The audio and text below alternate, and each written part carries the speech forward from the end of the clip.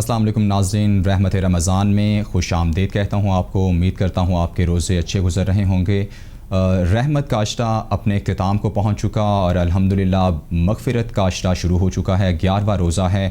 مغفرت کی جب بات کی جائے تو ہمیشہ دعا کا کانسیپٹ ذہن میں آتا ہے کہ اللہ سے کس طرح مغفرت طلب کی جائے، کیا آداب ہیں مغفرت طلب کرنے کے، چونکہ ایک عالی شان ذات کے سامنے ہم نے اپنی مغفرت کا سوال پیش کرنا ہوتا ہے۔ اس حوالے سے ہمیں آداب و فضائل بھی بیان کیے گئے ہیں۔ دعا کے حوالے سے جب بات کی جائے تو اللہ کی طرف سے قرآن پاک میں بہت سے ایسے واقعات بھی نقل کیے گئے کہ جس میں جب بھی پیغمبر کسی مشکل میں گر جاتے تو اللہ کی ذات نے فرمایا کہ انہیں کچھ کلام، کچھ ایسے الفاظ سکھائے جاتے جو کہ دعائیہ الفاظ ہوتے، جس کے بعد ان کی وہ مشکل ہے اسے حل کر دیا جاتا، ان کی مشکل سے نکال لیا جاتا۔ ایسے ہی آقا علیہ السلام نے بھی دعا کے حوالے سے مختلف ان کی روایات موجود ہیں۔ ان کی جانب سے یہ کہا گیا کہ تقدیر، چونکہ اٹل کہا گیا ہے تقدیر کو، لیکن دعا ایک ایسی چیز ہے جو تقدیر کو بھی بدل دیتی ہے۔ اسی طرح آقا علیہ السلام نے یہ بھی فرمایا کہ دعا نازل آفات اور جو ابھی آنے والی آفات ہیں اس کا بھی حل ہے، اس کو بھی ٹال دیتی ہے۔ آقا علیہ السلام نے یہ فرمایا اور بہت ہی آسان طریقہ اپنی مغفرت کا طلب کرنے کا یہ فرمایا کہ تم دوسروں کو معاف کر دو، اللہ تمہیں معاف کر دے گا۔ دعا کی فضائل کیا ہیں، اہمیت کیا ہے، فضیلت کیا ہے، آداب کیا ہیں، مسنون طریقہ کار کیا ہے، اس حوالے سے بات کرنے کے لیے آج میرے ساتھ اسٹوڈیو میں موجود ہیں جناب محمد خالد صاحب، پروفیسر ہیں، مذہبی اسکالر ہیں۔ بہت شکریہ سر، آپ نے ہمیں وقت دیا۔ سب سے پہلے پراچا صاحب آپ سے یہ سوال کرنا چاہوں گا کہ دعا کی فضیلت و اہمیت کے بارے میں کیا بتایا گیا ہے؟ بسم اللہ الرحمن الرحیم۔ دعا کا لفظی معنی درخواست کرنا، التجا کرنا، عبادت کرنا، مدد چاہنا، استغاثہ پیش کرنا وغیرہ کے ہیں، اور اس مفہوم کا جو عام معنی ہے وہ یہ ہے کہ اللہ تعالیٰ سے مدد طلب کرنا یا اللہ تعالیٰ اپنا معاملہ اللہ کے سامنے پیش کرنا۔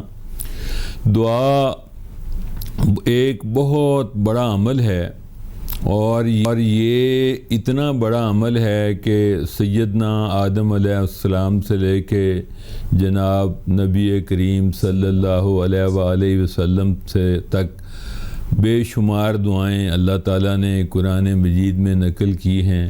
یعنی پہلے پیغمبر اور پہلے انسان بابا آدم علیہ السلام کی دعا ربنا ظلمنا انفسنا ان لم تغفر لنا آج بھی ہم دہراتے ہیں۔ ایوب علیہ السلام کی دعا، یعقوب علیہ السلام کی دعا، یونس علیہ السلام کی دعا، شعیب علیہ السلام کی دعا، سب دعاؤں کا، سب پیغمبروں کا، موسیٰ علیہ السلام کی دعا، ان کا قرآن، ابراہیم علیہ السلام کی دعائیں ربی جعلنی، یہ ہماری زندگی کا اور ہماری نماز کا لازمی حصہ ہے۔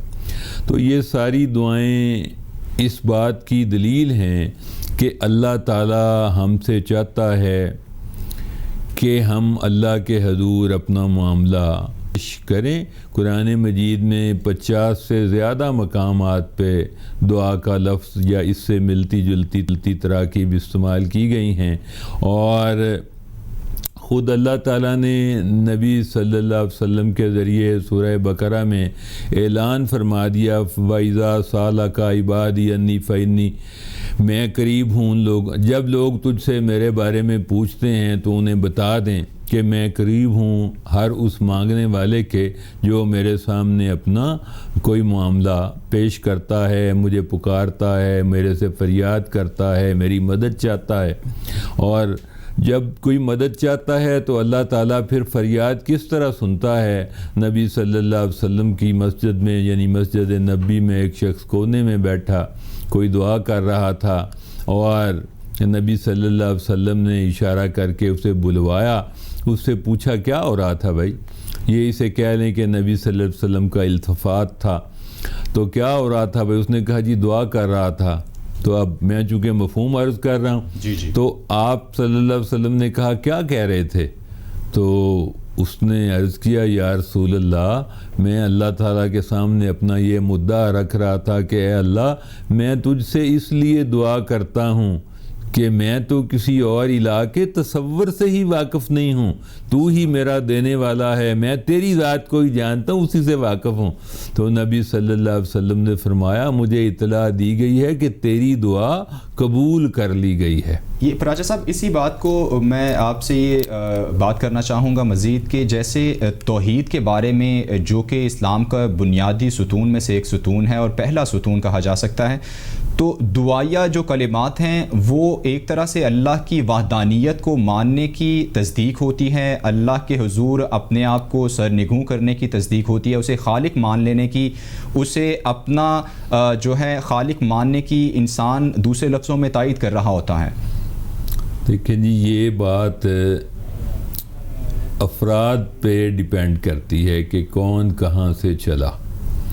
جو لوگ اللہ کے ماننے والے ہیں ان کے ذہن میں اللہ تعالیٰ کی عظمت کا، شان کا، کبریائی کا سوال ہوتا ہے، لیکن جب ابو جہل غلاف کعبہ پکڑ کے غزوہ بدر پر روانہ ہونے سے پہلے دعا مانگ رہا تھا تو اس کا تخاطب ظاہر ہے کچھ اور ہوگا۔ تو اس لیے ہم اس بات کی یعنی 100% اس سے اتفاق نہیں کر سکتے کہ سارے مانگنے والوں کا مخاطب اللہ تعالیٰ کی ذات ہوتی ہے، لیکن ہمارا گمان یہ ہے کہ مسلمانوں میں سے جو مانگنے والے ہیں سب کا مخاطب اور سب کا داد رس اور سب کا فریاد رساں اور سب کا مخاطب اللہ تعالیٰ کی ذات گرامی ہوتی ہے۔ وہ اپنی دعا میں، اپنے دل میں، اپنے عمل سے، اپنے قول سے اللہ تعالیٰ کے مالک ارض و سما ہونے کا دعویٰ بھی کرتے ہیں اور اپنی فریاد اس کے سامنے پیش بھی کرتے ہیں اور اس سے مدد بھی چاہتے ہیں۔ اچھا پراچا صاحب، جس طرح آپ نے بھی اشارہ کیا ابو جہل کے حوالے سے کہ وہ بھی دعا کر کے نکلا تھا، اسی طرح ایک عام مسلمان کے ذہن میں بھی یہ سوال اٹھتا ہے کہ کیسی دعا کی جانی چاہیے، کیسی دعا نہیں کی جانی چاہیے، جیسے کہ قرآن پاک میں بھی اللہ تعالیٰ کی ذات نے اس طرف اشارہ کیا کہ انسان کو نہیں معلوم کہ اس کے لیے بہتر کیا ہے۔ ہو سکتا ہے جس چیز کو ہم بہتر محسوس کر رہے ہوں ہمارے لیے وہ بہتر نہ ہو سکتا ہے جس چیز کو ہم اپنے لیے بہتر محسوس نہ کر رہے ہوں وہ ہمارے لیے بہتر ہو۔ تو ایسے میں انسان کو دعا کون سی کیسی کرنی چاہیے؟ دیکھیں جی، افراد کی تمنائیں، ان کا ذوق الگ الگ ہوتا ہے اور جیسا ذوق ہوتا ہے، جیسی تڑپ ہوتی ہے، ویسی ہی طلب ہوتی ہے۔ دعا کے بارے میں نبی صلی اللہ علیہ وسلم کی تڑپ یہ تھی کہ اے اللہ غزوہ بدر میں مسلمانوں کو فتح عطا کر دے، عمر بن حشام یا عمر بن خطاب رضی اللہ تعالیٰ کو ہدایت پہ لیا وغیرہ۔ ابو ہریرہ رضی اللہ تعالیٰ نے اپنا مقدمہ پیش کیا کہ یا رسول اللہ صلی اللہ علیہ وسلم میری ماں کے لیے دعا کریں کہ وہ اسلام قبول کر لے۔ تو اس کے بعد نبی صلی اللہ علیہ وسلم نے ہاتھ اٹھائے تو ابو ہریرہ رضی اللہ تعالیٰ نے دوڑ لگا دی۔ کسی نے پوچھا کیا ہوا؟ اس نے کہا جی میں دیکھنا چاہتا ہوں کہ نبی کی دعا کا نتیجہ پہلے آتا ہے صلی اللہ علیہ وسلم یا میں گھر پہلے پہنچتا ہوں۔ سبحان اللہ۔ تو بات یہ ہے کہ جس دھج سے کوئی مقتل میں گیا، جس شان سے جس آن سے کسی نے مانگا اسے اسی قدر ملتا ہے۔ ایک اور واقعہ میں عرض کر دوں کہ یہ غالباً نبی صلی اللہ علیہ وسلم کی مطلب ہجرت سے پہلے کا واقعہ لگتا ہے اپنے آثار سے، کہ ایک شخص جو تھا وہ خانہ کعبہ کا طواف کر رہا تھا، حبشی تھا، اور یا کریم یا کریم یا کریم پکارتا تھا، اور نبی صلی اللہ علیہ وسلم کو اس کے انداز پہ کہہ لیں پیار آیا یا انہوں نے نوٹ فرمایا تو وہ اس کے جواب میں ساتھ ہی ساتھ تبسم فرماتے اور یا کریم کہتے۔ تو اس شخص نے کہا کہ اے خوبصورت جوان تم میری نقل کرتے ہو، تو آپ نے تبسم فرمایا تو اس نے کہا میں تمہارے نبی سے تمہاری شکایت کروں گا، تمہارے نبی سے تمہاری شکایت کروں گا۔ بات لمبی ہے، تھوڑی سی مختصر کرتے ہیں۔ تو آپ صلی اللہ علیہ وسلم نے فرمایا کہ کیا تو نے اپنے نبی کو نہیں دیکھا؟ اس نے کہا نہیں دیکھا، اور پھر نبی صلی اللہ علیہ وسلم نے فرمایا تیرے اللہ کا پیغام آیا ہے کہ تیری دعا قبول کر لی گئی ہے اور تو جنت کا حقدار بنا دیا گیا ہے۔ تو ہمارے سامنے لفظ یا کریم آ رہا ہے، اور اللہ کا نبی جو ہے وہ اتنی بڑی صلی اللہ علیہ وسلم خوشخبری سنا رہے ہیں۔ اچھا پراچا صاحب، دعا ہم نے ذکر کیا کہ کیسی کرنی چاہیے، کون سی کرنی چاہیے، کون سی نہیں کرنی چاہیے۔ اس کے بعد دعا، ویسے تو یہی کہا جاتا ہے کہ ایک مضطرب دل کے ساتھ آنکھ کا آسمان کی طرف اٹھنا بھی دعا ہی ہے، لیکن دعا کے اسلام میں کچھ آداب بتائے گئے ہیں، کچھ طریقہ کار بتائے گئے ہیں۔ مسنون طریقہ کیا ہے دعا مانگنے کا؟ پہلے تھوڑی سی میں ایک اضافی بات کر لوں کہ جی متعدد احادیث میں دعا کو عین عبادت فرمایا گیا ہے۔ بہت سی احادیث میں یہ کہا گیا کہ دعا بھی عبادت ہے، اور ابو ہریرہ رضی اللہ تعالیٰ کی روایت ہے کہ جی، اور ایک دوسری کہ جس میں کہا گیا کہ دعا مخ العبادہ، دعا جو ہے وہ عبادت کا مغز ہے۔ اب مغز کی کیفیت ہم اگر انسان پہ قیاس کریں تو اگر مغز نہیں ہے تو پھر جسم بھی نہیں ہے، بالکل ٹھیک ہے نا۔ تو یہ شان ہے دعا کی، اور نبی صلی اللہ علیہ وسلم نے فرمایا کہ اللہ تعالیٰ کو کوئی چیز دعا سے زیادہ، کوئی عمل اور کوئی چیز دعا سے زیادہ محبوب نہیں ہے۔ جب دعا کی یہ فضیلت یا دعا کو یہ اعلیٰ مقام حاصل ہے تو پھر اللہ تعالیٰ نے خود ہی دعا کے بہت سے آداب خود ہی بیان کر دیے ہیں۔ سورہ اعراف کی آیت 55 اور 55 اور 56 میں اللہ تعالیٰ نے فرمایا ادعوا ربکم تضرعا و خفیہ، کہ عاجزی سے اور اخفا سے دعا مانگو، عاجزی سے مانگو اور اخفا سے دعا مانگو۔ یہ اخفا کا صیغہ جو اللہ نے استعمال کیا یہ ہماری اس عادت کے بالکل الٹ ہے، جہاں ایک آدمی دعا مانگتا ہے جو عام طور پہ امام صاحب ہوتے ہیں اور ہم باقی لوگ بیٹھے آمین آمین آمین کہتے رہتے ہیں۔ یہ اس سے مطابقت نہیں رکھتا، یہ الگ بات ہے اپنی تفصیل میں۔ اور یہ بھی کہا کہ آیت 56 میں کہ جب دعا مانگتے ہو تو دو چیزیں سامنے رکھو، ایک خوف رکھو اور دوسرا طمع رکھو۔ نبی صلی اللہ علیہ وسلم کی حدیث پاک کا مفہوم ہے کہ جو شخص بے دلی سے دعا مانگتا ہے یا اس بے یقینی سے مانگتا ہے کہ میری پہلے کون سی کوئی دعا قبول ہو گئی ہے جو اب قبول ہو جائے گی، تو اللہ تعالیٰ اس کی دعا کی طرف توجہ ہی نہیں فرماتے، باوجود اپنی کریمانہ شان کے اس کی دعا کی طرف توجہ نہیں فرماتے۔ اب دعا مانگنے والے کو اس بات کا یقین ہونا چاہیے کہ وہ جس سے مانگ رہا ہے وہ اسے دے بھی سکتا ہے اور وہ دے گا۔ اب ہم نمبر وار دعا کے آداب کا ذکر کر لیتے ہیں۔ جی پہلی چیز کہ دعا کو عاجزی سے مانگنا چاہیے، پھر حرص، ہوس، شوق، توجہ سے مانگنا چاہیے، دل بھی مانگے دعا۔ یہ کل پرسوں میں ڈاکٹر اسرار صاحب کا بیان سن رہا تھا تو ڈاکٹر صاحب نے تو لوگوں نے کہا نہیں جی جاتے ہوئے دعا کروا دو، انہوں نے کہا جو اب ہم دعا کریں گے نا وہ آپ کی خواہش پہ ہوگی اور یہ رسم دعا ہوگی، یہ ہم رسم دعا پوری کریں گے۔ دعا وہ ہوتی ہے جو دل سے نکلتی ہے، لیکن اب میں آپ سے گزارش کرتا ہوں کہ جو بھی دعا مانگی جائے آپ اپنے دل کو، اپنے دماغ کو، اپنی آنکھ کو یکسو کریں اللہ کی طرف، پھر ہم دعا مانگتے ہیں۔ تو مطلب تین چیزیں انہوں نے اکٹھی کر دیں کہ سوچ کا ارتکاز بھی اللہ کی طرف ہو، الفاظ کا رخ بھی اللہ تعالیٰ کی ذات کی طرف ہو، اور دل کا دھیان بھی اللہ تعالیٰ کی ذات کے ساتھ ٹھیک ہے پروفیسر صاحب، بات کو آگے مزید بڑھائیں گے، ابھی کہا جا رہا ہے بریک لیتے ہیں، اس کے بعد دیگر جو دعا کے آداب ہیں اس پر تفصیلی گفتگو ہوگی۔ رمضان کی خصوصی نشریات میں ایک بار پھر آپ کو خوش آمدید کہتے ہیں۔ دعا کے آداب اور طریقہ کار پر بات ہو رہی تھی، پراچا صاحب آپ سے گزارش کروں گا کہ کنٹینیو کیجئے۔ معارف حدیث کے حوالے سے میں بات کروں گا۔ حضرت جابر رضی اللہ تعالیٰ فرماتے ہیں کہ نبی صلی اللہ علیہ وآلہ وسلم نے فرمایا کہ کیا میں تمہیں وہ عمل نہ بتاؤں جو دشمنوں سے حفاظت کرنے والا ہو اور وافر روزی دلانے والا ہو؟ تو ظاہر ہے اس کا فطری جواب یہ تھا کہ سننے والوں نے صحابہ رضوان اللہ علیہ نے یہی فرمایا، عرض کیا کہ جی ضرور بتائیں. تو آپ نے فرمایا وہ عمل رات اور دن میں اللہ سے دعا کرنا ہے. یعنی وقت کی قید بھی ختم فرما دی، الفاظ کی قید بھی ختم فرما دی، اور فوائد 2 بتائے.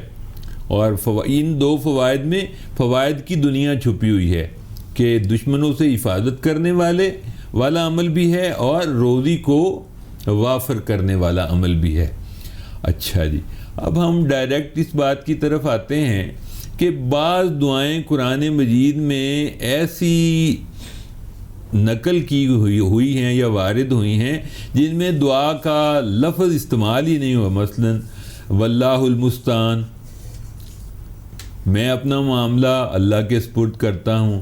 خود نبی صلی اللہ علیہ وسلم کو سکھایا گیا کہ ربی ادخلنی مدخل صدقن واخرجنی مخرج صدقن واجعل لی من لدنک یا قل ربی زدنی علما.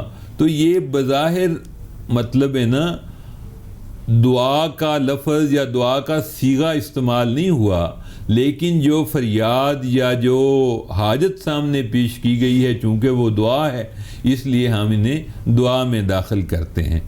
اب دعا کے آداب میں جو نبی صلی اللہ علیہ وآلہ وسلم کے سامنے ایک شخص نے نماز پڑھی اور اس نے دعا کی اور جلدی جلدی چل دیا، تو نبی صلی اللہ علیہ وسلم نے اسے طلب فرمایا. وہ حاضر ہوا، پوچھا کہ بھائی تم بہت جلدی میں ہو.